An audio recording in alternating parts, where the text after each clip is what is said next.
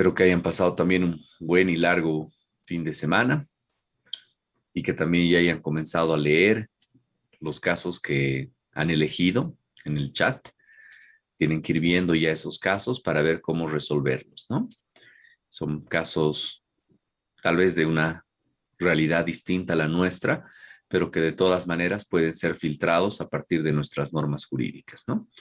Y en estas clases vamos a ver de manera específica cómo tenemos que hacer ese filtro. Muy bien, son las 9:03 de la mañana, apreciados universitarios, y vamos a comenzar con nuestra sesión del día de hoy.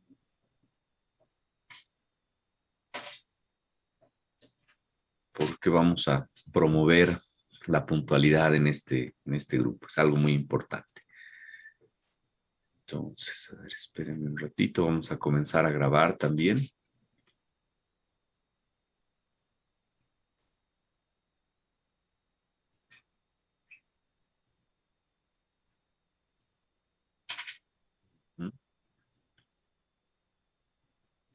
¿Están viendo solo una parte de mi pantalla o están viendo toda? Una ¿Están parte. viendo bien la presentación? A ver, vamos a dejar de compartir y compartir de nuevo. No sé por qué no los escucho. Creo que nadie está hablando, están muy callados el día de hoy.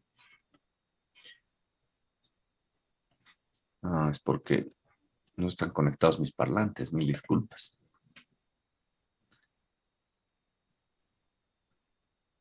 Vamos a ver si ahora sí.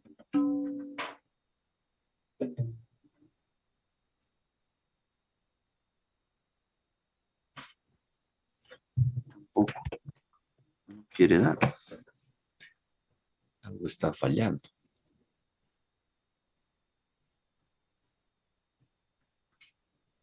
Espérenme un ratito, por favor. Vamos a solucionar ese problema técnico.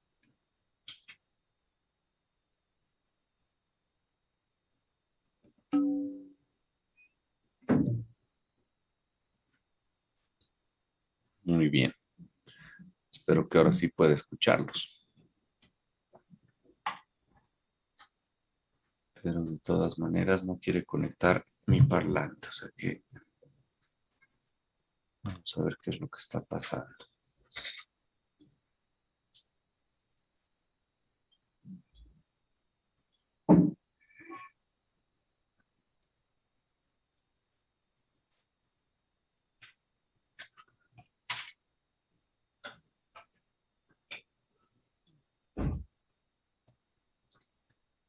Ya sé lo que estaba pasando.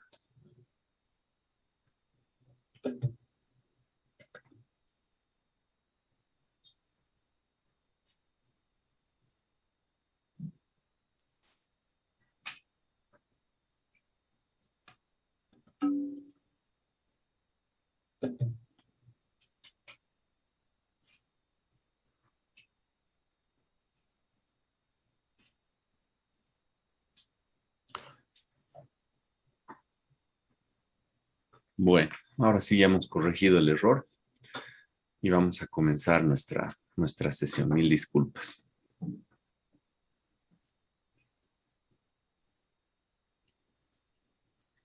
Vamos a comenzar a compartir pantalla y a grabar también.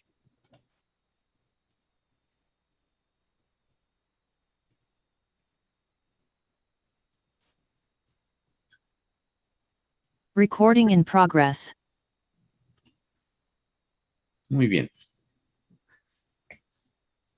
Para comenzar esta clase vamos a hacer simplemente una breve mención a los 4 requisitos ineludibles de la responsabilidad civil. Eso los vamos a repetir todas las clases porque esos son los 4 elementos que se tienen que demostrar ante un juez en la práctica, en la realidad, para reclamar daños y perjuicios, o alguno de esos 4 elementos también debe ser desvirtuado, debe ser eliminado o atenuado en última instancia para reducir la cantidad de la indemnización que se debe pagar o también para eliminar la responsabilidad civil, porque son 4 requisitos que necesariamente deben concurrir. El primer requisito lo hemos visto durante la anterior clase, acción u omisión antijurídica. El día de hoy nos vamos a ocupar del daño resarcible La siguiente clase intentaremos ver los dos últimos elementos, o tal vez uno por uno, resarcimiento, o más bien la relación de causalidad, y por último, el factor de atribución de la responsabilidad. Les voy a pedir un minuto mientras mi hijito lee.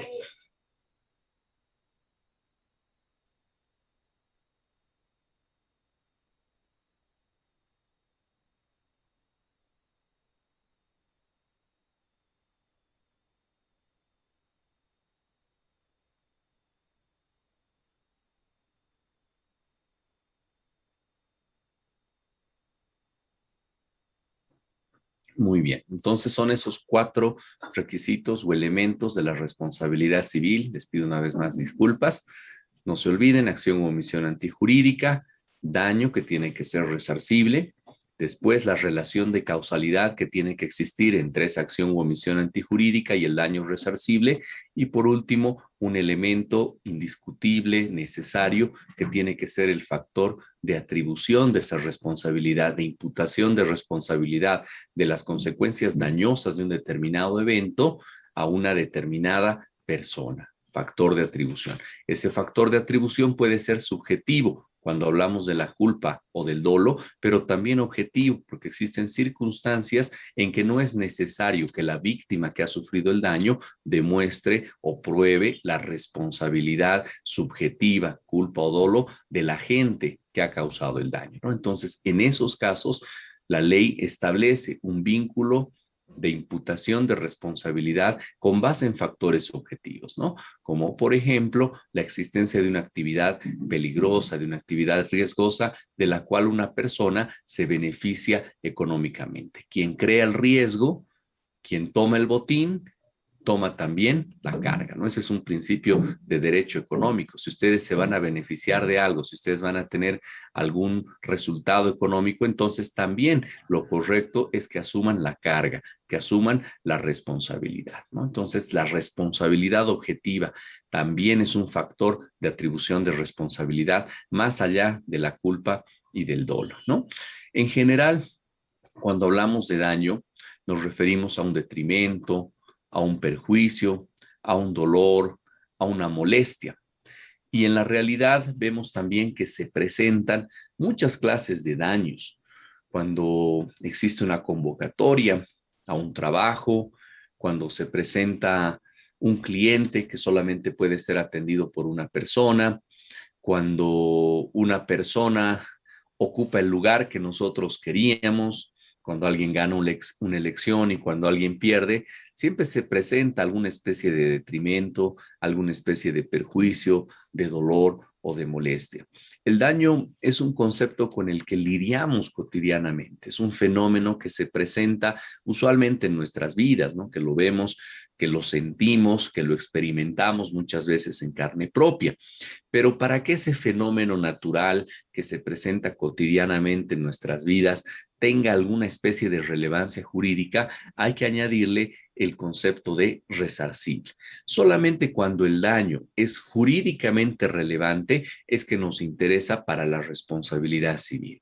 Y este es un elemento cardinal, es un elemento central de este tema que estamos abordando durante estos días, principalmente porque en la actualidad ya no se fija tanto esta materia o esta lección o esta parte del derecho, esta institución del derecho que es la responsabilidad civil o el derecho de daños en la parte del autor, de la persona que causa el daño, ¿no? Ya no se fija tanto en su responsabilidad, cuán culpable es, como veíamos en el derecho romano, ¿no? Desde la culpa levísima, la culpa leve, la culpa grave, la culpa gravísima, la culpa lata, etcétera, ¿no? Y el dolo al final, ¿no? Ya no se ocupa tanto de esa parte, sino se ocupa de ver cuál es el daño, cuál es el impacto que ha sufrido la persona. Y en función de ese impacto que ha sufrido la persona, entonces se fija la indemnización, el deber de resarcir, ¿no? ¿A qué punto? ¿A qué punto es importante el daño como elemento de la responsabilidad civil? Al punto que incluso el nombre ya se denomina no como responsabilidad civil, sino modernamente como derecho de daños, ¿no? Entonces, en esta lección, en este elemento, nos vamos a ocupar puntualmente de esta parte. Vamos a ver el daño resarcible, ¿no? Este concepto vamos a tratar de precisarlo, de darle un contenido jurídico para que podamos entenderlo de manera correcta, ¿no? Y en general, pues no todos los daños son resarcibles, ¿no? Hay daños, como les decía, que no tienen ningún tipo de relevancia, ¿no? Por ejemplo, si una persona daña su coche, entonces ese daño que existe es un daño que no necesariamente es resarcible, ¿no? Porque para que exista un daño, no se olviden que tiene que existir un menoscabo del principio básico. Y había el principio básico que decía alterum non laedere, ¿no? Alterum significa el otro, no dañar al otro, ¿no? Entonces, necesariamente para que un daño sea resarcible, tiene que involucrar a otra persona. En la práctica se presentan dentro de la responsabilidad civil, y lo hemos visto ya en la anterior clase, algunas situaciones que no están previstas dentro de un contrato, donde no existe una responsabilidad previa, ¿no? Pero sí se causa un daño a otro, ¿no? Entonces ahí estamos hablando de una responsabilidad de naturaleza extracontractual, ¿no? Cuando dos personas, por ejemplo, se ven involucradas en un accidente de tránsito, existe necesariamente un daño, ¿no? Un daño que puede ser recíproco, ambos pueden compartir la culpa, pero es un daño jurídicamente relevante que tiene que ver con la responsabilidad extracontractual. Y por otra parte, también se pueden presentar daños en el ámbito de las relaciones contractuales. Cuando se ha formado una obligación, ha nacido una obligación a la vida jurídica y existe demora o existe incumplimiento en ese plan de conducta, en esa prestación de vida, entonces se puede producir también un daño que es jurídicamente relevante. Pero, por ejemplo, en nuestro país, y en otras legislaciones es diferente, están más avanzadas, pero en nuestro país cuando sufrimos, por ejemplo, daños emocionales a causa de, yo qué sé, una terminación de una relación de muchos años, o cuando una persona no acepta a la otra, etcétera, cuando hay amor de un solo lado y no del otro, sufrimos también, ¿verdad? Tenemos un detrimento, un dolor, una molestia, pero ese daño no es resarcible, ¿no? Entonces hay que diferenciar entre aquellos daños que vemos en la realidad y son resarcibles de aquellos daños que se presentan y no tienen este carácter o esta naturaleza de resarcible, ¿no? Y dentro de los principales significados encontramos también no solamente definiciones o conceptos que elaboran los autores, ¿no? Sino posiciones que verdaderamente explican la naturaleza jurídica del daño, ¿no? Algunos autores, entre ellos Messineo, que es un autor italiano muy bien recibido en nuestro país porque nuestro código tiene fuente en el Código Civil italiano del año 42. Muchos autores de este Código Civil explican la ocurrencia de un daño a partir de un detrimento a un bien jurídico, ¿no? La carga aquí viene no en la primera parte, sino en la segunda, ¿no? Ellos dicen que daño es una lesión, es un detrimento, es un perjuicio a un bien jurídico, ¿no? Aquellas cosas, aquellos elementos, aquellos derechos que están protegidos jurídicamente por nuestro ordenamiento legal, ¿verdad? En materia penal, ustedes ven los bienes jurídicamente protegidos, ¿verdad? Y les explican que el libro segundo del Código Penal, cada uno de los títulos, cada uno de los capítulos es un bien jurídicamente protegido, ¿no? Si ustedes toman su Código Penal, que estoy seguro lo tienen más cerca que el Código Civil, van a encontrar ahí lesiones a la seguridad interna del Estado, lesiones a la vida, a la integridad corporal, ¿verdad? Al comercio, etcétera, a la economía nacional. Todos esos son bienes jurídicamente protegidos, ¿no? Entonces, una corriente de autores muy respetada dice que el daño sería un detrimento a un bien jurídico. Lógicamente aquí existen varias críticas, no existe uniformidad y dicen los autores, no necesariamente tiene que existir un bien jurídico, ¿no? Lo que en realidad se protege en materia de daños es un interés, no es un bien jurídico como tal, porque hablar de bienes jurídicos nos llevaría a hablar de bienes patrimoniales, de bienes extrapatrimoniales, y nos dice además la norma, o más bien la crítica en contra de esta teoría, en contra de esta doctrina, que no tendría mucho sentido ver una protección a los bienes jurídicos como cosas separadas de los intereses de las personas, de los derechos que tienen las personas, ¿no? Y tiene mucha razón esta crítica a Messineo, por ejemplo, que es uno de los que encumbre esta teoría del bien jurídico, proviene de otro jurista italiano llamado Carneluti, Francesco Carneluti, ¿no? Que dice, en realidad no podemos ver a los bienes jurídicos separados de los intereses. En realidad, si existe daño es porque existe lesión a un interés jurídico, no necesariamente a un bien jurídico, ¿no? Porque si se daña la economía nacional, por ejemplo, y el sujeto es colectivo, entonces, ¿será que se protege solamente el bien jurídico de manera independiente, de manera abstracta? Y esta es una discusión, la verdad, muy teórica, ¿no? Entre bienes jurídicos, intereses jurídicos, y existe también otra posición que habla de lesión, de detrimento, de violación a derechos subjetivos, ¿no? Esta es otra posición que trata de explicar los daños, ¿no? Otros que dicen que es una lesión o un interés jurídico, y por último, otras personas dicen, y ya se cansan de todas las teorías y las explicaciones teóricas, aquí lo que interesa es el resultado. Existe un damnificado, existe un perjuicio, existe un detrimento, y tenemos que mirar al daño como un resultado, como un fenómeno que se presenta en la realidad, más allá si es un detrimento, un bien jurídico, si es una violación a un derecho subjetivo o si es una lesión a un interés jurídico. La mayor parte de los autores prestan mucho interés al concepto, al significado de interés jurídico, ¿no? Entonces es importante que ustedes desde ahora lo puedan aprender. Simplemente interés jurídico es la posibilidad que tiene una persona de satisfacer una determinada necesidad. Posibilidad de satisfacer una determinada necesidad. En esos casos, dice el derecho que existe interés legítimo.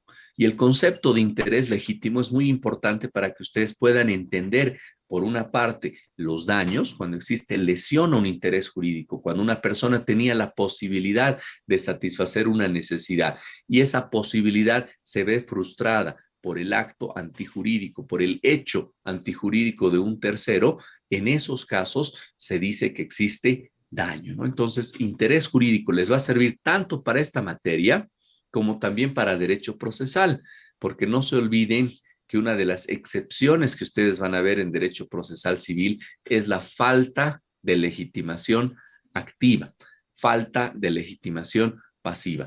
Ahí se habla y se analiza mucho del interés, ¿no? Porque hay un principio básico que también yo se los he dicho en materia procesal que está muy vigente.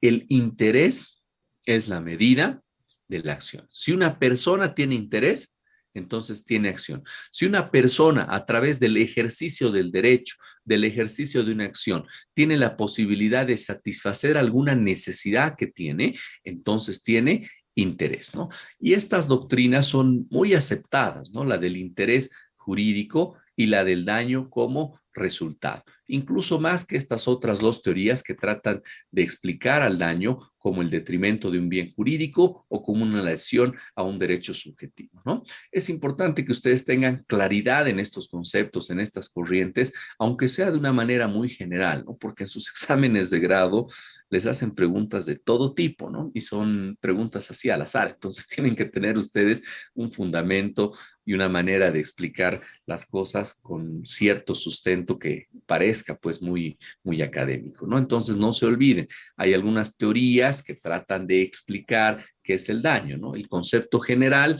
es detrimento, perjuicio, violación, menoscabo, dolor, molestia, etcétera, ¿no? Ese es el sentido usual literario de la palabra.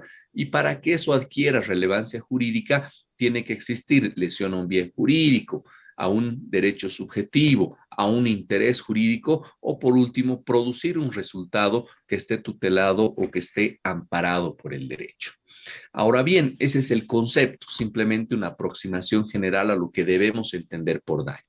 Pero además de esto, tenemos que ver los requisitos específicos para que se produzca un daño que tenga relevancia de naturaleza jurídica, ¿no? En primer lugar, el daño tiene que ser cierto.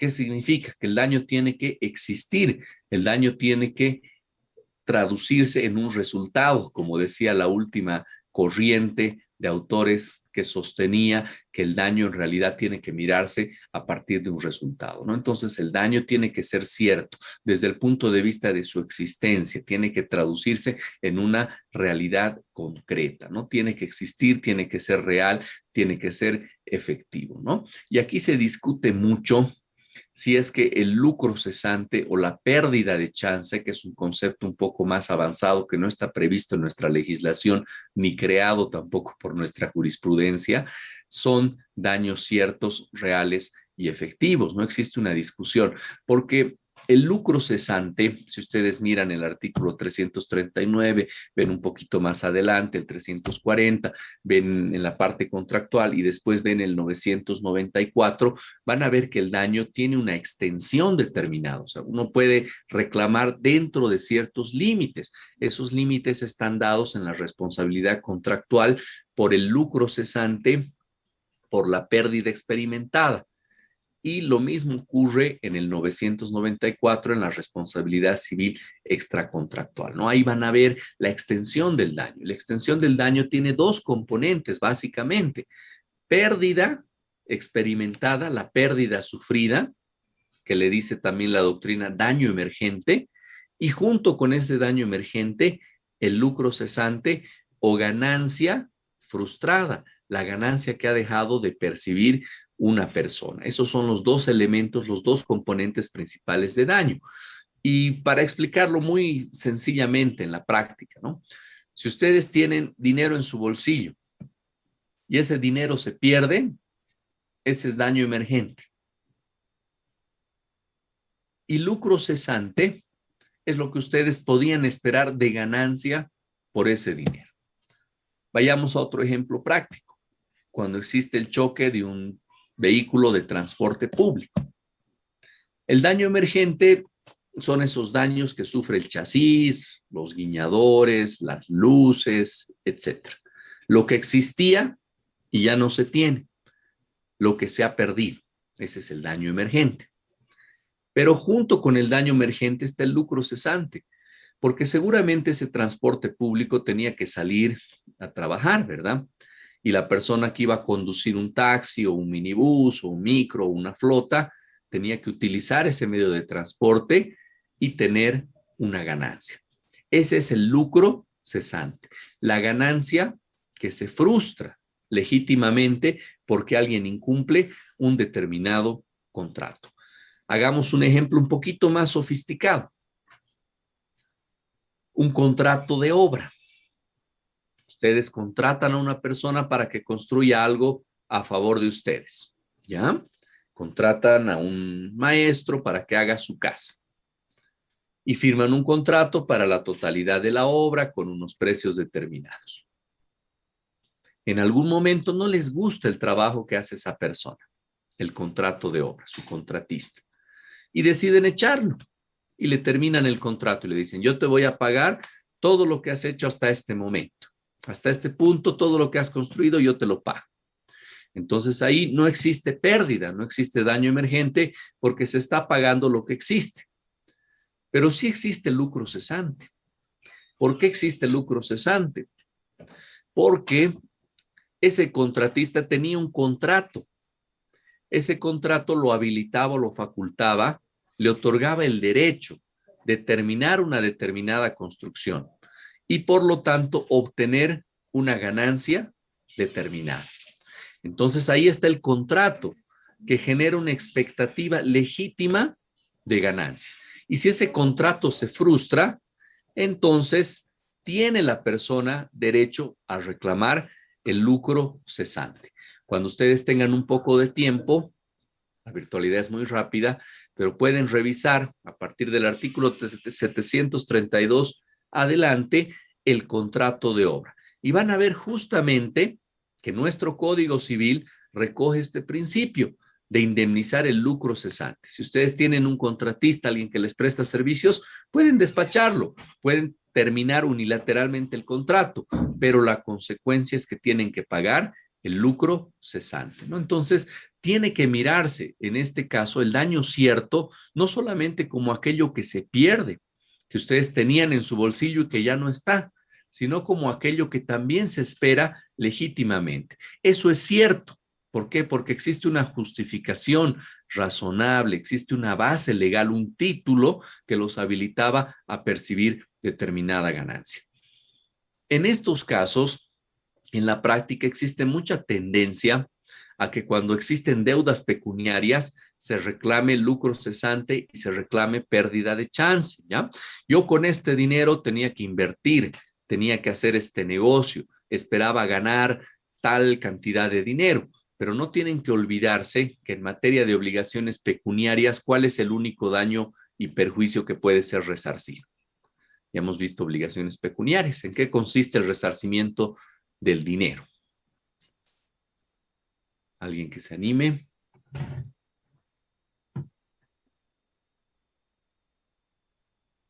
Nadie.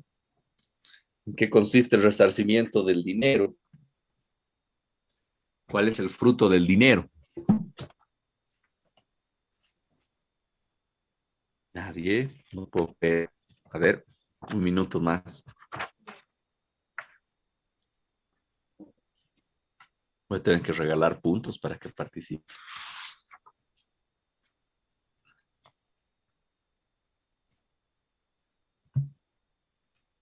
Si una persona no le paga a otra una suma de dinero, ¿qué es lo único que se puede reclamar?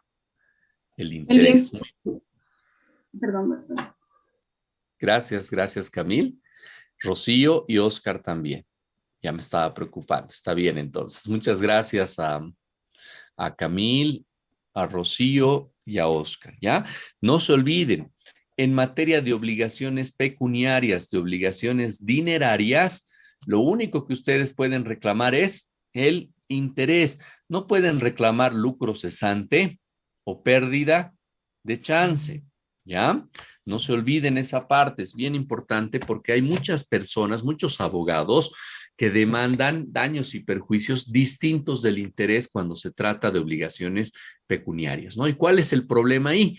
Que generan una expectativa falsa en sus clientes, porque si ustedes le dicen a su cliente, vamos a demandar que con este dinero tú podías comprar mercadería y hubieras podido venderla y producto de esa venta hubieras podido ganar esto, etcétera, se le está creando una falsa expectativa al cliente, ¿no? Y luego esas cuestiones ya en la práctica a uno le pasan factura, entonces tienen que tener mucho cuidado con qué es lo que ofrecen y qué expectativa generan en sus clientes, ¿no? Entonces, primer elemento del daño resarcible, que exista, que sea real y efectivo, ¿no? Y el lucro cesante en determinadas circunstancias es un daño de naturaleza cierta, porque una persona tenía una legítima expectativa de ganancia, ¿no? Y la pérdida de chance es un concepto diferente al lucro cesante, no es un concepto similar o idéntico, pero en nuestro país no existe ni por vía de creación jurisprudencial, ni tampoco por vía legislativa, ¿no? Pero este es el primer requisito. En segundo lugar, el daño tiene que ser personal. Eso implica que uno tiene que sufrir el rigor del daño de manera directa, en carne propia, ¿no? El daño tiene que ser personal, ¿no? No un daño a un tercero, ¿no? Y aquí venía lo que comentábamos al principio, el interés es la medida de la acción, ¿no? Entonces, solamente cuando existe un daño personal, cuando la persona sufre el rigor de la acción o omisión antijurídica, está legitimada para reclamar ese daño, ¿no? Y aquí se cuestiona algunas veces por qué los herederos pueden reclamar los daños y perjuicios de su causante si no los han sufrido personalmente, ¿no? Y esto se explica fácilmente por el fenómeno de la sucesión hereditaria, ¿no? Cuando existe el fallecimiento de una persona, todas las relaciones jurídicas que uno tiene en vida son transmitidas a sus herederos, siempre que no se extingan con la muerte, ¿no? Por ejemplo, algunas personas en vida logran condecoraciones, logran alguna pensión de jubilación, algunos méritos, esas relaciones jurídicas se extinguen con la muerte. Pero, por ejemplo, la acción para pedir una indemnización por daños y perjuicios no se extingue con la muerte. Entonces los herederos pueden reclamar los daños y perjuicios a terceros aún después del fallecimiento de su causante. En tercer lugar, el daño tiene que ser subsistente. Esto significa que no tiene que haber sido reparado, no tiene que haber sido resarcido previamente. El daño tiene que existir, ¿no? Y por último, algunos autores señalan que el daño tiene que ser injusto, ¿no? Tiene que existir un daño a un tercero y que ese daño sea injusto. Porque hemos visto en la anterior clase que existen algunas circunstancias que pueden eliminar la antijuricidad de una acción, ¿no? Ya habíamos conversado sobre el estado de necesidad, sobre la legítima defensa, sobre la excepción a la justicia por mano propia, ¿no? Como algunos elementos, algunos hechos que podían destruir o eliminar la antijuricidad de una determinada acción, ¿no? Entonces, estos son algunos de los requisitos: que sea cierto, que sea personal, que sea subsistente y que sea injusto. Son solo algunos de los requisitos del daño resarcible, ¿no? La doctrina establece algunos otros requisitos, pero creo yo que estos son los principales. De todas maneras, ustedes pueden indagar un poco más, pueden investigar un poco más sobre los requisitos para que exista un daño resarcible, ¿no? Ahora, en cuanto a las clases de daños, una de las primeras distinciones que existen en nuestra legislación principalmente es daño patrimonial y daño moral, ¿no? Daño patrimonial es relativamente sencillo de entender, es aquel que produce un efecto económico que causa un menoscabo económico en la víctima. Ese es un daño patrimonial, bienes, ataques a bienes o intereses que tienen contenido patrimonial. Pero también existen daños de naturaleza moral. Estos daños de naturaleza moral o espiritual, como se señala en algunos casos, no tienen un impacto directo en un valor económico, ¿no? Si, por ejemplo, a nosotros nos lesionan en la dignidad, en el honor, en derechos de la personalidad, en la moral, etcétera, va a ser difícil que veamos un elemento moral como preponderante, ¿no? Lo importante en materia de daños es que los daños patrimoniales todos son resarcibles de una manera directa, ¿verdad? ¿Cuánto valía el bien jurídico que se ha perdido o el interés patrimonial que se ha perdido? Tiene un valor económico, entonces se puede reparar, se puede resarcir. Pero lo difícil está en la evaluación, en el alcance del daño moral, porque además el daño moral, queridos universitarios, no es resarcible en todos los casos. No todos los sufrimientos, los padecimientos psíquicos, espirituales, son resarcibles, ¿no? Y nuestra normativa se encarga de delimitar muy bien este aspecto. Si ustedes ven el 994, parágrafo segundo del Código Civil, ya les he dicho, ¿no? Tengan siempre claro, división entre daños contractuales, 339 y siguientes, y daños extracontractuales, 984 y siguientes. Entonces, cuando hablamos del 994, estamos hablando de daños extracontractuales. Dentro de estos daños extracontractuales están los daños morales, y lo que nos dice nuestro código es que los daños morales solamente son resarcibles cuando se encuentra expresamente permitido por la ley. ¿Y en qué caso se encuentra permitida por la ley la indemnización o la reparación de daños morales?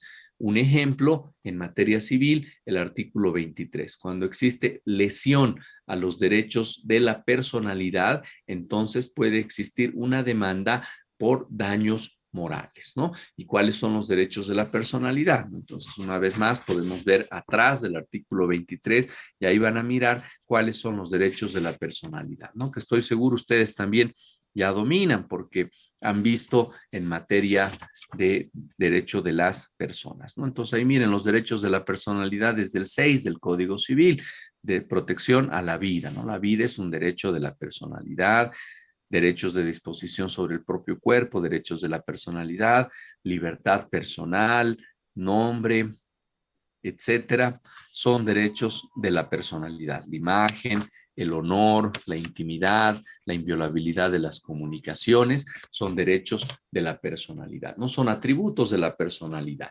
Esos derechos absolutos están tutelados incluso con la posibilidad de que se condene el resarcimiento de daños y perjuicios. La segunda clasificación, tal vez la más importante que les comentaba, ¿no? Si ustedes ven el artículo 339, ahí establece de manera específica: el deudor que no cumple exactamente la prestación debida está obligado al resarcimiento del daño, ¿no? Si no prueba que el incumplimiento o el retraso en el cumplimiento es atribuible a la imposibilidad de ejecutar la prestación por una causa que no le es imputable, ¿no? Entonces ahí tenemos de manera inicial en el 339 la obligación de reparar el daño. Pero ya para ver cuál es la extensión de ese resarcimiento hay que ver el 344. Entonces miren ustedes el 344 del Código Civil que nos dice: el resarcimiento del daño en razón del incumplimiento o del retraso comprende la pérdida sufrida por el acreedor y la ganancia de que ha sido privada o privado, ¿no? Entonces ahí está la extensión del daño: daño emergente y lucro cesante, lo que comentábamos hace un momento. Daño emergente, aquello que yo tenía en mi bolsillo y que ya no está. Ese es el daño emergente, lo que perdemos. Y el lucro cesante es la ganancia que dejamos de percibir. Esto en materia contractual. Ahora nos vamos al 994 y vamos a ver una disposición similar, muy parecida para responsabilidad civil extracontractual, ¿no? Dice 994, resarcimiento. El perjudicado puede pedir, cuando sea posible, el resarcimiento del daño en especie. En caso diverso, el resarcimiento debe valorarse, apreciando tanto la pérdida sufrida por la víctima como la falta de ganancia en cuanto sean consecuencia directa del hecho dañoso. ¿Ven? Entonces, miren, tanto en responsabilidad civil contractual 344 como en responsabilidad civil extracontractual 994, la medida de los daños y perjuicios del daño es el daño emergente o pérdida sufrida y el lucro cesante o ganancia frustrada. Esas son las dos medidas y son dos especies distintas de daño. En algunos casos solamente existe pérdida, en otros casos existe lucro cesante, en otros casos existe una combinación de ambos, ¿no? Pero son especies de daños. Y posiblemente esta es la clasificación más importante, porque esto es lo que se reclama en tribunales judiciales. Esto es aquello que las partes buscan, ¿no? O sea, cuando van al despacho de un abogado, cuando ustedes ya estén practicando la profesión, les van a decir: ¿qué puedo reclamar? ¿No? Me han causado daño, porque ese término es muy usual, ¿no? ¿Qué podemos reclamar? Y ahí ustedes tienen que decirles, son dos conceptos: daño emergente, pérdida sufrida, y lucro cesante, ¿no? Entonces, esta es una de las clasificaciones más importantes en materia de daños, ¿no? Después, el daño puede ser contractual y también extracontractual. Aquí les pido que recuerden ya lo que hemos visto sobre las diferencias entre responsabilidad civil contractual y responsabilidad civil extracontractual, ¿no? Lo importante que ustedes identifiquen, que se hagan esta pregunta: ¿existía una obligación preconstituida? ¿Existía una obligación que había sido pactado antes y existe demora o incumplimiento en esa relación contractual? Entonces ahí estamos frente a responsabilidad contractual. Si no existía una responsabilidad contractual, si no existía una fuente de la obligación, ¿verdad?, previa, preestablecida, y simplemente existe una violación del principio de este deber general de no dañar, entonces lo más probable es que estemos frente a responsabilidad civil extracontractual, que produce también un daño de naturaleza extracontractual, ¿no? Y en la primera clase que hemos tenido, cuando nos estábamos aproximando a responsabilidad civil, a derecho de daños, ya hemos visto que hay diferencias prácticas, ¿verdad? Diferencias específicas en cuanto a tiempo de prescripción. En la contractual es 5 años. En la extracontractual la prescripción es 3 años, ¿verdad? Existen diferencias específicas.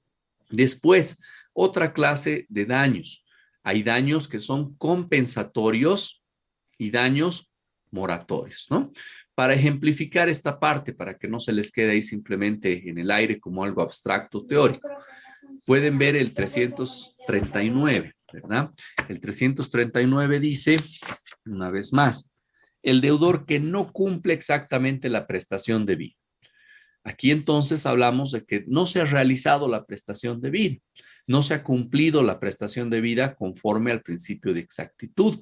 Entonces, en esos casos, si no existe cumplimiento o existe un cumplimiento defectuoso que además se asimila al incumplimiento, el daño que se puede reclamar es compensatorio. ¿Cuánto valía la prestación de vida? Si la prestación de vida valía un determinado monto, hay que compensar ese monto, ¿no? Entonces, ese es el daño compensatorio. Pero puede ser que en lugar de que no se cumpla la prestación de vida, ocurra lo siguiente que dice, o el retraso en el cumplimiento.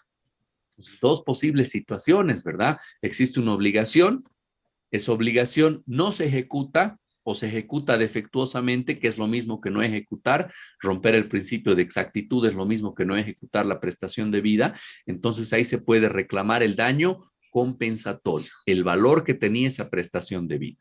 Pero puede darse el segundo caso, que exista retraso, que exista demora, que se cumpla, pero que se cumpla tarde. En ese caso, el daño que se puede reclamar es el daño de naturaleza moratoria, ¿no? Entonces, hay estos dos tipos de daños, daños compensatorios y daños moratorios.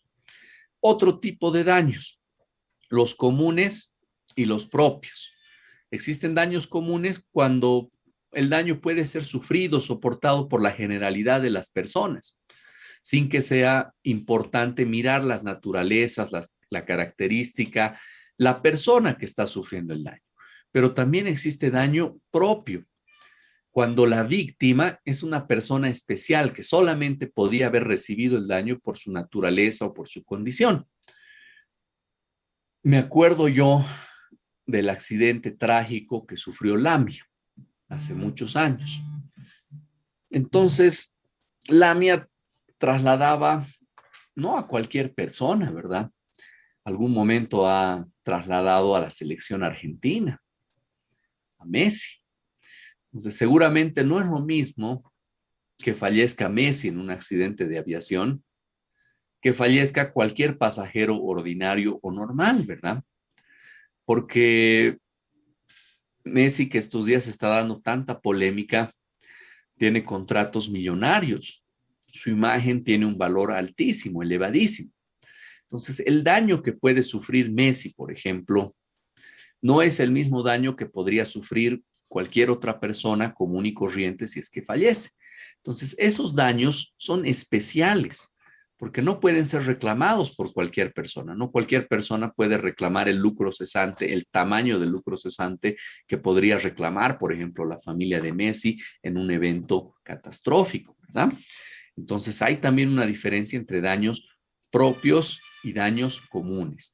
Los daños comunes son aquellos que sufren la generalidad de las personas y los daños propios son aquellos que solamente son sufridos por determinadas personas o que pueden ser reclamados por determinadas personas por sus condiciones personales, por su profesión, por su oficio, por su renombre, etcétera, por alguna condición especial que los haga distintos de los demás, ¿no?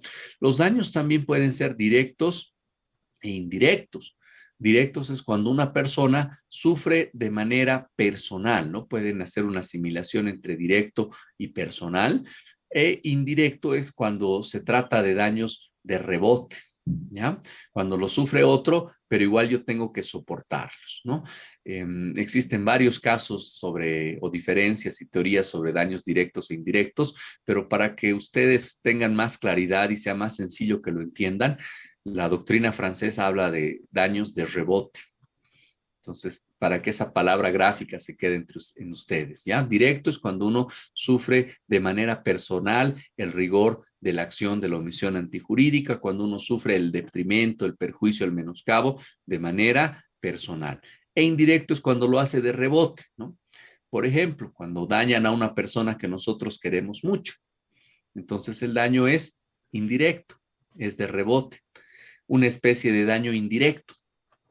También en el caso de las personas que tienen empleados. Si el empleado causa un daño a un tercero, por ejemplo, mientras presta servicios para nosotros. Si nuestro empleado en una obra roba herramientas, roba equipos, roba materiales, y luego viene el dueño de la obra y a nosotros como sus contratistas nos dice, tu empleado robó, tu empleado hurtó. Entonces el daño para nosotros es de rebote, ¿verdad? Porque el daño directo lo sufre la persona que ha perdido, a quien se le ha robado, a quien se le ha hurtado, etcétera. Pero nosotros somos responsables civiles. Entonces sufrimos un daño de naturaleza indirecta, ¿no? Entonces, de rebote por las acciones de terceros en circunstancias que no estamos directamente involucrados. Camila, adelante, por favor. Doctor, sí, una consulta. El daño indirecto también podría denominarse como una, ¿cómo le dices? Venganza hacia una persona, por ejemplo. Lo podríamos denominar en pocas palabras así o no. Tienes que observar más esta parte, Camil, como la forma en que sufres el daño, más que una venganza, ¿ya? Porque la venganza es tomar justicia en mano propia. A ti te hacen un daño y tú, en lugar de esperar que sea una autoridad la que imponga la justicia, tú tomas la justicia en tus manos porque has sufrido una agresión injusta y cometes otra injusticia, que es agredir a la otra persona. Esa es la venganza, ¿no?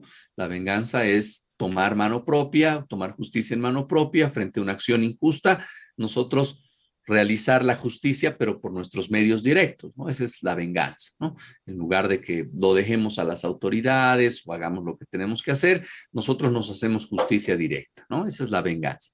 En este caso, el daño tiene que ver con el menoscabo, con el sufrimiento, con la molestia. Entonces, la molestia es directa cuando la sufrimos nosotros en nuestro propio cuerpo o en nuestro propio interés, si es que vemos al daño de esa manera, Camil. En el ejemplo que les daba, tienen ustedes a un dueño de la obra, tienen a un contratista y tienen en un tercer nivel a un empleado. Suponiendo que este empleado del contratista, no del dueño de la obra, contratista y empleado. Este empleado hurta o roba materiales que pertenecían al dueño de la obra. El daño directo lo sufre el dueño de la obra, porque directamente está perdiendo, ¿verdad? Le están quitando su propiedad, un menoscabo, una molestia de un interés directo. Necesitaba esos materiales para satisfacer una necesidad, que era terminar su obra. Entonces están lesionando su interés, ¿ya? Ese es daño directo. Este puede reclamar daño directo. Pero en este caso, como este dueño de la obra tiene un contratista y el empleado del contratista es el que ha causado el daño, este empleado del contratista va a sufrir daño de rebote, ¿ya? Porque tiene que pagar por este señor, por las acciones de este señor. No ha sufrido directamente, ¿no? Porque este ha atacado la propiedad de un tercero, así. Pero este, que es el contratista responsable por este empleado, tiene que pagar, ¿no? Entonces, de rebote, le está llegando el daño de rebote, porque él va a tener que pagarle a este señor, ¿no? Entonces, ese es el daño indirecto, ¿ya? Cuando lo sufrimos de rebote, muy gráficamente. En último lugar, hay daños actuales. No, todavía no es último lugar, hay uno más. Daños actuales y daños futuros, ¿ya? El daño actual y futuro no tiene que confundirse con daño cierto, ¿ya? El daño cierto es el que existe, pero es diferente el concepto de actual y futuro. Actual tiene que ver con presente, que es un daño que lo estamos sufriendo en este momento, pero también existen daños futuros. Para que un daño sea resarcible, tiene que ser actual, tiene que ser presente, porque lo futuro es incierto, ¿verdad? Tendríamos que mostrar que existe mucha certeza realmente para que un daño realmente pueda ser resarcible. Hay daños también que son instantáneos y continuados, ¿verdad?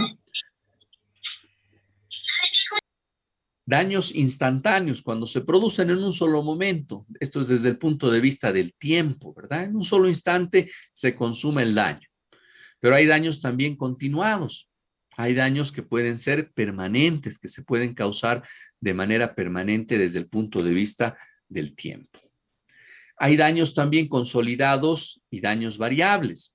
Daños consolidados cuando se conoce su importe, su monto, su cuantía de una manera definitiva, de una manera cierta, de una manera cerrada, pero hay daños que también pueden ir variando de acuerdo al tiempo. Y por último, hay también, no en nuestra legislación, los daños punitivos, ¿no? Si algún momento a alguien de ustedes le interesa el derecho de las obligaciones, el derecho de daños, la responsabilidad civil, puede elaborar incluso una tesis en esta materia. Los daños punitivos se llaman también ejemplificadores, daños sancionatorios, tienen la finalidad de evitar que una persona se anime a causar un daño y le sea más ventajoso causar el daño que indemnizar. ¿Qué implica?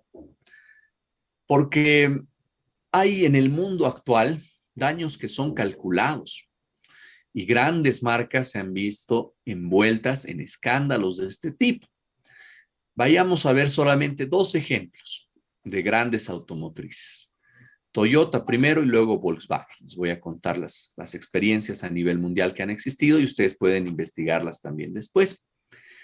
Toyota lanza al mercado vehículos y cuando ya los lanza, se da cuenta de que existe una falla en los frenos o en su sistema eléctrico y que podían existir accidentes, que podían existir incendios, porque no se solucionaba ese problema. Había vendido ya muchas unidades, miles de unidades en el mundo, y no quería declararlo porque le iba a significar una pérdida millonaria. Y se jugó al azar y no lo declaró y no lo dijo a los consumidores y se cayó y hubieron varias muertes. Obviamente, probabilísticamente, algunos vehículos iban a fallar, otros no, en algunos casos iba a haber accidentes y en otros no. Entonces, en esos casos, no sería correcto que solamente se resarza la pérdida sufrida y el lucro cesante. Había que sancionar, había que castigar ese cálculo malicioso que se hizo, porque si no las compañías se ponen a calcular, ¿verdad? ¿Qué hago en mi pros y contras, ¿no? Pros, he vendido ya muchos autos, tengo mucha ganancia. Contras, si en algún momento ocurre algún accidente, tendré que pagarle a esa familia o a esa persona, resarcir esos daños. Tal vez no me descubren, entonces la probabilidad es baja. Entonces me la juego. Y para ese tipo de circunstancias, daños punitivos, porque no puede ser que vos te salgas con la tuya. Económicamente tú has hecho tu cálculo y era más fácil para ti, más conveniente para tus intereses, resarcir o jugarte las chances de que ocurran daños. Entonces, para esos casos, existen daños punitivos o sancionatorios. Volkswagen, caso reciente, con los vehículos Jetas, con los Jetas. Para que yo ingrese al mercado de Estados Unidos, tengo que cumplir determinadas normas ambientales en mis motores. Pero eso significa que mis motores no van a tener el rendimiento que tienen, no van a ser tan atractivos para el consumidor y en definitiva yo voy a perder si cumplo esos estándares ambientales. ¿Qué hago?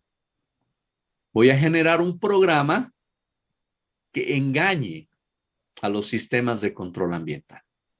De tal manera que el auto va a saber en su computadora, en su programa, que está siendo testeado. Y si está siendo testeado, va a dar estos márgenes que me van a permitir aprobar ese examen medioambiental e ingresar al mercado norteamericano, que es el más grande, uno de los más grandes del mundo y de los más importantes para cualquier marca.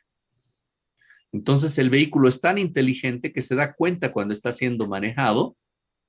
Cuando está en ruta, se da cuenta porque hay movimientos de volante, de guiñadores, de luces, cambios de velocidad, frenos, etcétera. Se da cuenta el vehículo y en ese momento desactiva los controles ambientales y tiene su rendimiento normal, causando daños al medio ambiente. Entonces, para ese tipo de casos, daños punitivos. Y las empresas saben, las empresas conocen cuando sus productos tienen algún desperfecto, alguna falla, en algún momento se dan cuenta y en algún momento deciden, no me importa, de todas maneras voy a hacerlo. porque mi ecuación económica es más fácil, es infringir la norma que pagar las consecuencias. Y obtengo mayor ventaja, mayor beneficio económico de infringir la norma que de pagar las multas y las consecuencias, ¿no? Y estos daños punitivos son aplicables no solo en el derecho civil, sino principalmente en materia administrativa, en derecho administrativo. Muchos constructores, voy a pasarme los pisos, voy a construir más, no me importa, luego lo regularizo, ¿no?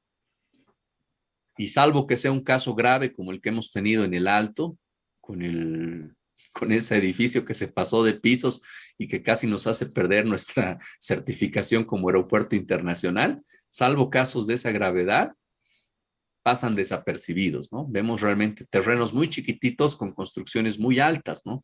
Y al lado hay otro edificio más pequeño, ¿no? Entonces, ¿qué ha pasado? ¿O es que son diferentes normas o este otro no quiso construir tanto como el del lado? ¿Qué pasó? No, es que ahí las personas se juegan, ¿no? Prefiero pagar la multa y algún momento regularizar que el beneficio económico que estoy obteniendo por infringir la norma. Entonces es necesario que existan daños punitivos para que se ajuste la proporcionalidad, ¿verdad? No puede ser que a una persona le sea más sencillo pagar la multa de la infracción económica que obtener el beneficio económico. Entonces los daños punitivos buscan que no se salgan con la suya, que las personas no se salgan con la suya. Y eso no existe en nuestro país, pero es una materia, es un tema que se está discutiendo ampliamente y que está muy desarrollado, especialmente en los países anglosajones, ¿ya? Entonces, si a alguien le interesa estos temas, puede mirarlos también. Uno de los temas centrales en cuanto a la estimación del daño, o a los daños más bien, es cómo se lo estima, cómo se llega a establecer la cuantía del daño, que es un tema que merece mucha discusión. El principal método para establecer los daños es el judicial. Eso significa que cuando surge una controversia, cuando surge un daño resarcible, se va frente a un juez y es el juez el que debe determinar la extensión, la cuantía del daño. Y para eso existen dos medidas, ¿verdad? Hemos visto ya el 344 y el 994. Dos medidas para el resarcimiento de daño. Daño emergente, que es lo mismo que la pérdida sufrida, y el lucro cesante. Esos van a ser los parámetros, pero a través de un método de naturaleza judicial, en la jurisdicción ordinaria. En segundo lugar, es algo que está muy consolidado en el mundo, que ha avanzado bastante, es el arbitraje como un método alternativo de solución de controversias, ¿no? Por una parte tenemos el sistema judicial, jueces nombrados por unos mecanismos, por una metodología, el órgano judicial, todo el sistema judicial, y junto a eso tenemos un sistema que están haciendo, que está muy consolidado en otros lugares, en Bolivia todavía no tanto, pero el arbitraje como un método alternativo de solución de controversias, ¿no? La conciliación es la autocomposición, ¿verdad? Con la ayuda de un tercero, es un método para resolver controversias y está funcionando muy bien. Pero el arbitraje, a diferencia de la conciliación, es útil para resolver definitivamente la controversia. Los árbitros dictan laudos arbitrales que son como sentencias, son vinculantes, son obligatorios para las partes que han intervenido en el arbitraje, ¿no? Y se llega al arbitraje principalmente por la vía del consentimiento. En un determinado contrato, las partes, en lugar de acordar ir a un juicio o de no poner nada, dicen que sus controversias se van a resolver mediante arbitraje. Entonces, así se llega al arbitraje. Y ahí la misma medida, daño emergente y lucro cesante, solo que el método de evaluación, de estimación o de definición del daño ya no está a cargo de jueces, sino a cargo de árbitros, ¿no? ¿Y cuál es la diferencia principal entre lo judicial y lo arbitral que yo noto en la práctica? Shakespeare dice que la mano que poco trabaja o que menos trabaja tiene el tacto más fino. Los árbitros a diferencia de los jueces, no lidian con tantas causas, ¿no? Para los jueces es un día a día, ¿no? Llega, hay que observar para no admitir, para que no nos corra el plazo, para que se subsane, y así un poquito más va a tardar la solución de la controversia. Y me llegan 10 iguales además, ¿no? Entonces puede ser que para ti sea muy importante como litigante, pero para el juez es lo mismo, porque tiene 10, 20 de las mismas. Trabaja mucho, su tacto, sus dedos, y están con callos duros, no resuelven con tanta delicadeza. En cambio, los árbitros son personas que uno las designa por la confianza que tienen ellos, por su experiencia, por su imparcialidad, por su aptitud, por su idoneidad, y no están haciendo ese trabajo de manera recurrente, continuo, constante. Entonces, su tacto es más fino. Van a tratar tu causa con mucha mayor delicadeza, con mucha mayor atención que en un caso general judicial. Legal. Existen determinadas materias donde la ley dice cuál es el resarcimiento. En los accidentes aéreos, por ejemplo, existen determinadas indemnizaciones previamente ya establecidas. Para caso de daño psíquico, existe una cuantía, existe un monto máximo. Para casos de pérdida de equipaje, para casos de fallecimiento, etcétera, existe ya una cuantificación específica determinada en la ley de lo que consiste o en qué va a ser, en qué va a consistir el resarcimiento del daño. En el caso de las obligaciones pecuniarias, lo que les decía hace un momento y que por suerte me han respondido. Miren el artículo 347, dice, resarcimiento en las obligaciones pecuniarias, dice. En las obligaciones que tienen por objeto una suma de dinero, el resarcimiento por el retraso en el cumplimiento solo consiste en el pago de los intereses legales desde el día de la mora. Esta regla rige aun cuando anteriormente no se hubieran debido intereses y el acreedor no justifique haber sufrido algún daño. Si antes de la mora se debían intereses en medida superior a la legal, se deberán los intereses moratorios en la misma medida, siempre que se encuentren dentro de los límites permitidos, ¿no? Entonces, cuando ustedes tengan que reclamar daños y perjuicios por el retraso, por la falta de pago de una suma de dinero, tengan en cuenta este artículo, el 347. No demanden otras cosas, lo que les decía hace un momento, porque cuando le decimos a nuestro cliente, vamos a demandar esto y lo otro, y te va a pagar esto y te va a pagar lo otro, y luego te topas y te chocas con este artículo, entonces ahí ves que la ley es contraria a tu pretensión, ¿ya? Entonces no se olviden, en obligaciones pecuniarias es la ley la que estima, la que evalúa, la que señala la medida de la indemnización de los daños y perjuicios, ¿ya? Y por último, para cerrar esta parte de daños, que podría ser también mucho más larga, y espero que vean esto con mucho más detalle al próximo año también, está el método de estimación o evaluación convencional. La cláusula penal. Hemos visto, ¿se acuerdan? No sé si se acuerdan, pero hemos visto en el derecho de garantía general de los acreedores sobre el patrimonio de sus deudores, y ahí tenían unas garantías reales y unas garantías personales como formas de asegurar o de reforzar el cumplimiento de una prestación de vida. Dentro de las maneras o formas de garantizar el cumplimiento de una prestación de vida estaba la cláusula penal o convencional, digamos. Esta cláusula penal lo que hace simplemente es reflejar la voluntad de las partes de manera anticipada, definiendo cuál es la cuantía de daños y perjuicios que se va a pagar. Bien sean los daños compensatorios, no se olviden, daños compensatorios, inejecución de la prestación de vida, ausencia de cumplimiento de la prestación de vida o cumplimiento defectuoso de la prestación de vida. Entonces se va a compensar el valor de esa prestación de vida con daño compensatorio. Entonces las partes pueden decir, en caso de que no se cumpla la prestación de vida, en ese caso se va a pagar este importe de dinero. Y ellos ya le ponen un valor, un monto al incumplimiento. Y también puede existir una cláusula penal moratoria. En caso de que te retrases en el cumplimiento, vas a pagar una multa por día de este monto.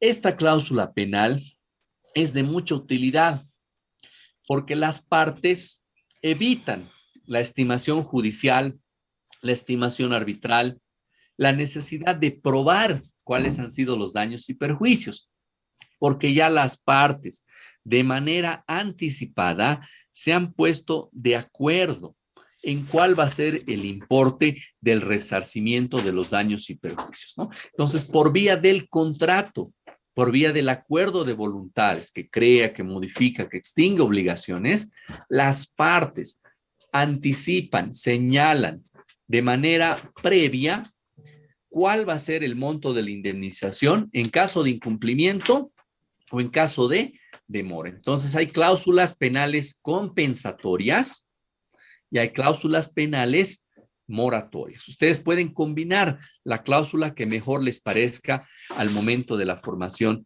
de sus contratos. Y en el caso de la cláusula penal, queridos universitarios, también se presenta un fenómeno que es excepcional en materia de derecho privado, porque el 519, ustedes conocen ya, nos dice el contrato es ley entre partes. No puede ser disuelto sino por las causas autorizadas por ley o por el consentimiento de las partes. Eso nos dice el 519. Y eso significa que el contrato tiene una fuerza especial, vinculante, obligatoria entre las partes.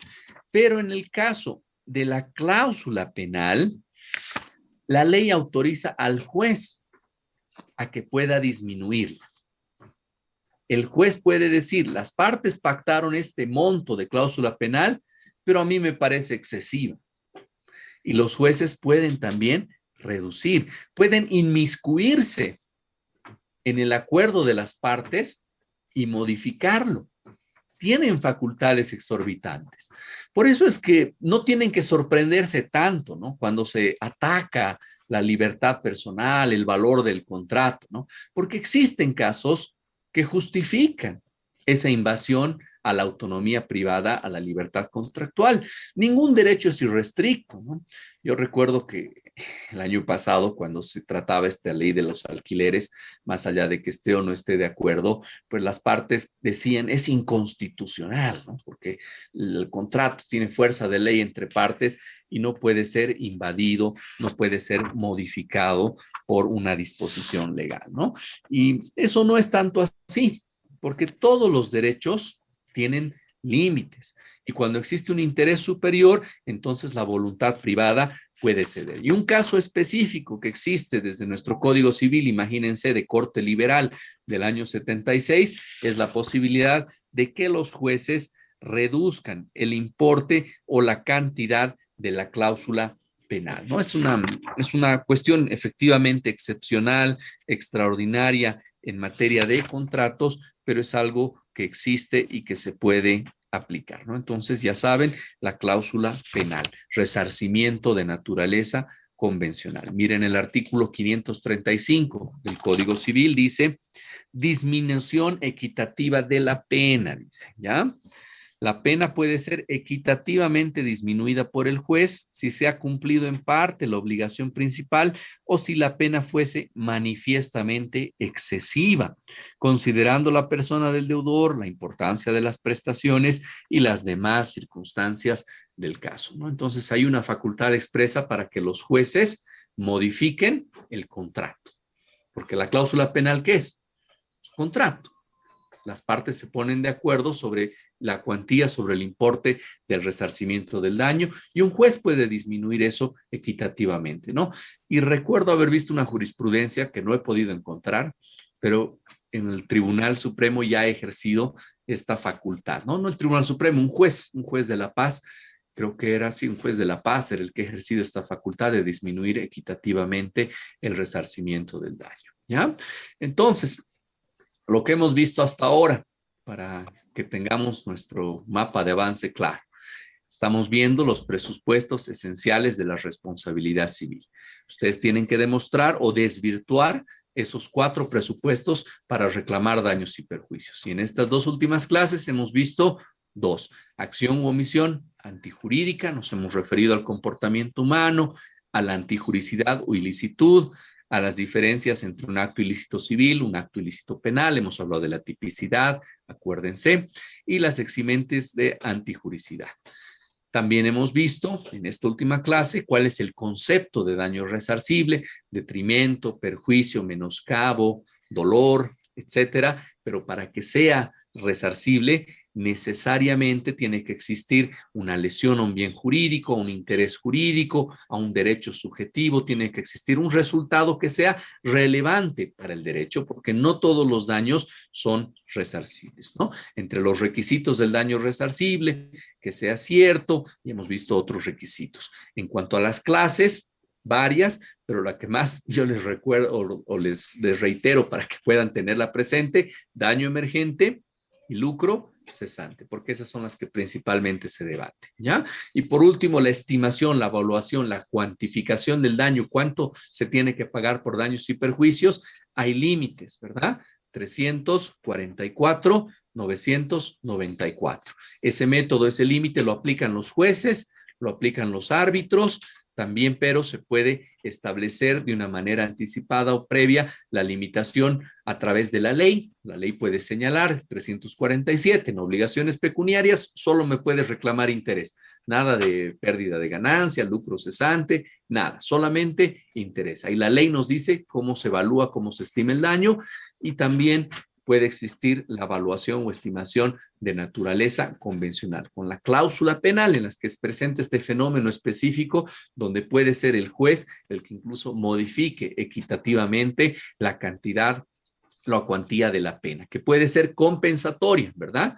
Cuando no se ejecuta la prestación debida o cuando la ejecución es defectuosa, o compensatoria cuando existe, o más bien moratoria, cuando existe demora, retraso en el cumplimiento. ¿Ya? Y esto es lo que hemos visto en estas clases. Todavía me falta avanzar esta parte. Espero terminar la siguiente, pero ya no hay, hemos avanzado la mitad de lo que teníamos planificado. He dejado de grabar nuestra sesión. No sé si tienen alguna consulta, queridos universitarios.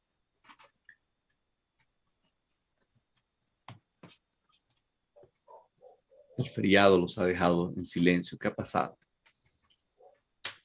Espero que se hayan portado bien. Creo que han ido a Copacabana, a Charquini. Están cansados. Algunos han escalado el Huayna Potosí también. Deben estar cansados. Bueno, no sé si tienen alguna consulta, queridos universitarios. Si no, ya creo que estamos para cerrar nuestra clase. Muy bien. Estamos avanzando poco a poco, simplemente para no acelerarnos, no apurarnos y que ustedes tengan estos conceptos claros, ¿ya? Porque sea que ustedes vayan a elegir la vía del derecho civil o la vía del derecho penal, de todas maneras siempre tienen que probar o defenderse de los daños y perjuicios. Camila, adelante, por favor. Sí, doctor. Cuando mencionó las clases de daño emergente y lucro cesante, había mencionado 3 artículos y yo solo tengo 2, que era el 339, me falta el segundo y el 994. No me anoté el segundo. El 344, Camila, ¿ya?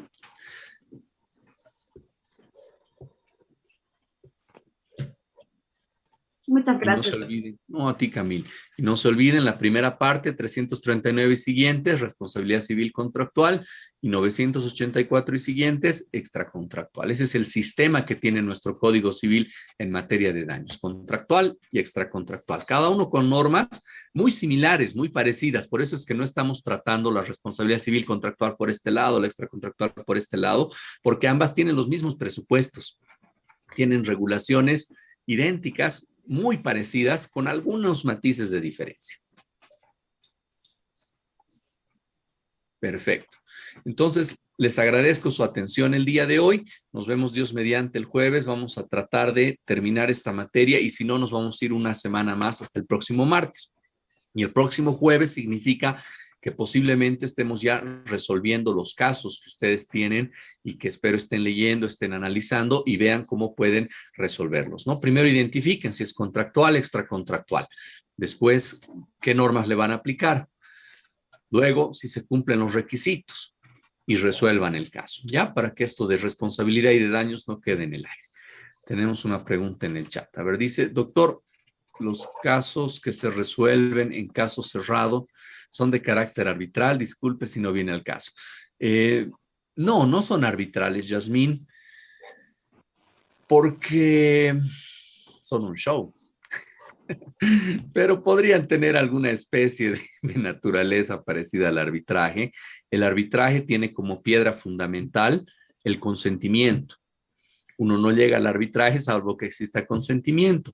Entonces, me parece que en esos casos surge una disputa y esa disputa es sometida a la decisión de un tercero que tiene facultad para decidir.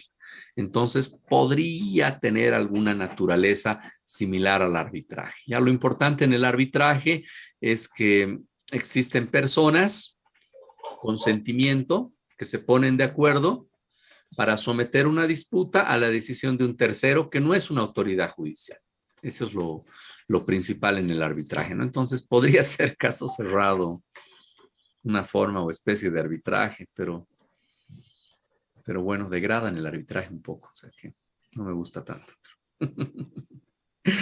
Muy bien. Bueno, les agradezco su atención, queridos universitarios, y Dios mediante, nos vemos el próximo jueves. Pásenla bien, que estén bien. Gracias, doctor. Gracias, doctor. Gracias, doctor. Gracias, doctor. Hasta Hasta luego. luego. Doctor, muchas gracias. Gracias, doctor. Se cuida. Hasta Gracias, doctor. luego. Hasta luego. Gracias. Hasta luego, doctor. Muchas gracias. Hasta luego. Gracias.